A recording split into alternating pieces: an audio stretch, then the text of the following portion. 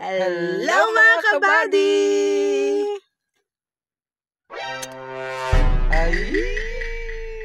Hello mga kabady, and for today's video, andito po tayo ngayon sa Cavite.